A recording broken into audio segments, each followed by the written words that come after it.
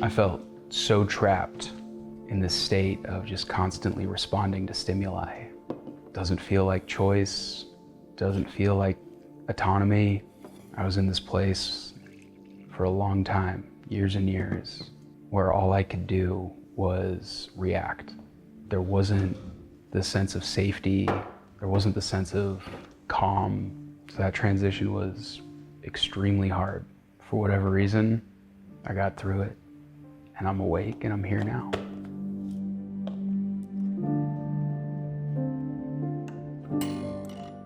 Joined the military, wanted to experience that lifestyle, that culture. I was young, 18 when I signed up. Talked my recruiter into giving me a recon contract. So in 2010, deployed to Afghanistan for the first time. Got to experience combat just a few hours into my first mission. We had some ambushes that really stand out. Can't remember if it was on the Marine Corps birthday or on Veterans Day.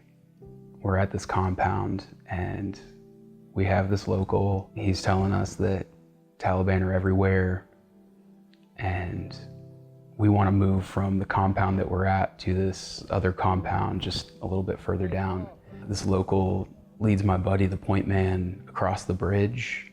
My other buddy is crossing the bridge with his saw, and in an instant, the ground just rises up around me and bullets are impacting everywhere.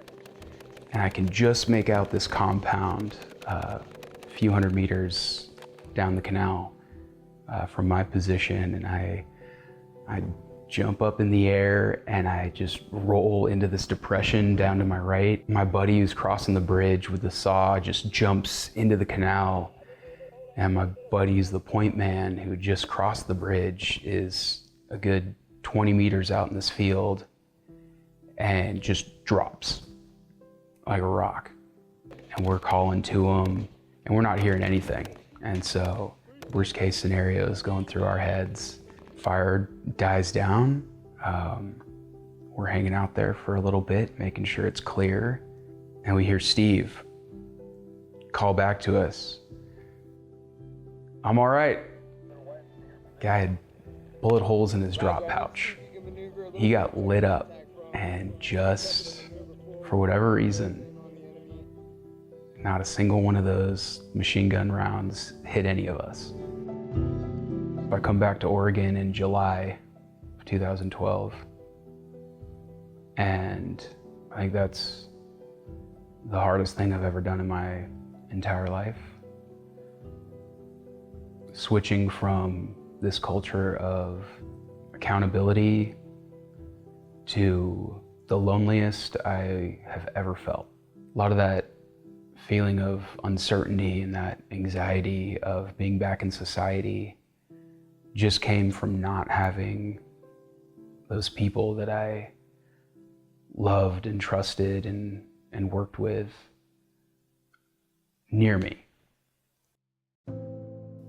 I was doing therapy and a support group at the vet center. Someone over there mentioned that they were going to be doing a fly tying night.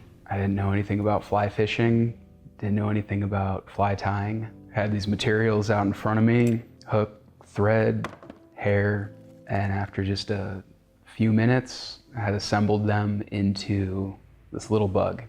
I'm sitting there looking at this elk hair caddisfly that I had just put together, and it felt like a reminder that I can affect change in my environment.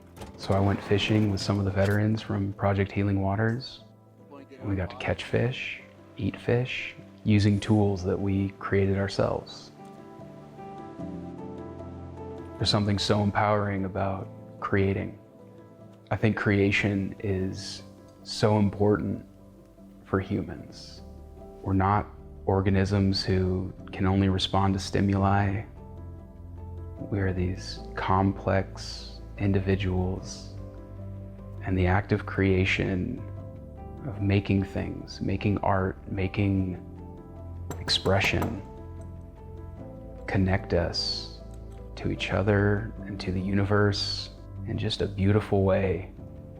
And that was really the beginning of my healing journey, was just this little bug tied of thread and dubbing and hair wrapped around a hook. And it was this reminder that I'm not stuck. I can change my environment.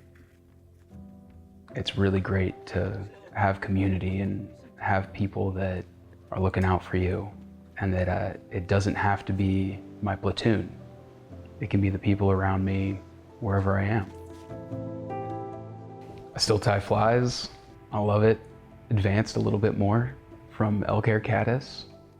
And it's this constant reminder of how far we can go and how far I've come.